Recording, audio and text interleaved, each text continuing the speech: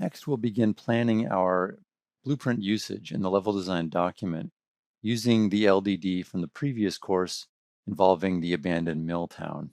We'll be editing this document, refocusing the existing LDD to include new gameplay beats. This will help us determine the scope and variety of gameplay experience to be created in Blueprint, whether it be actors or the level blueprint.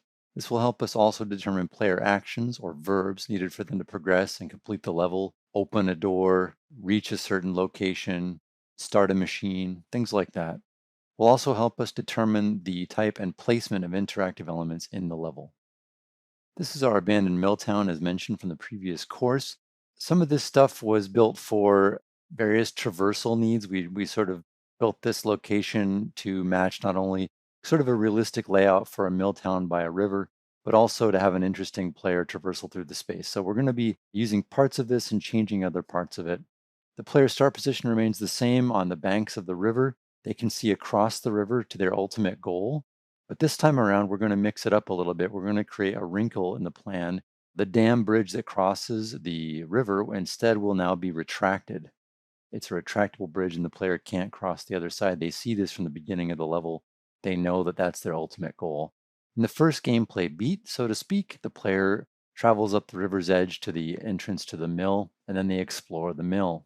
So the abandoned mill, we're going to have some different gameplay beats there involving the operation of the mill and how it relates to opening the bridge to reach the other side.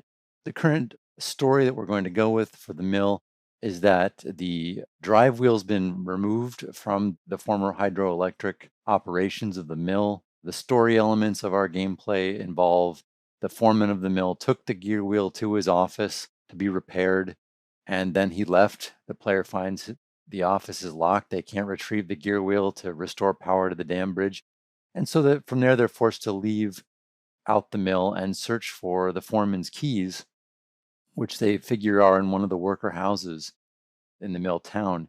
But when they reach the workers' houses, they find that, unfortunately, not only do they not know which house the keys are in, but all the houses, since they're abandoned, they were long ago boarded up and the player can't access the inside of the houses. So they need to find a way to open the houses, to pry open the boards and get inside. So they're looking for something to do that with. So just by process of elimination and in this whole layout, the only place they can go is to the town hall at the top of the hill.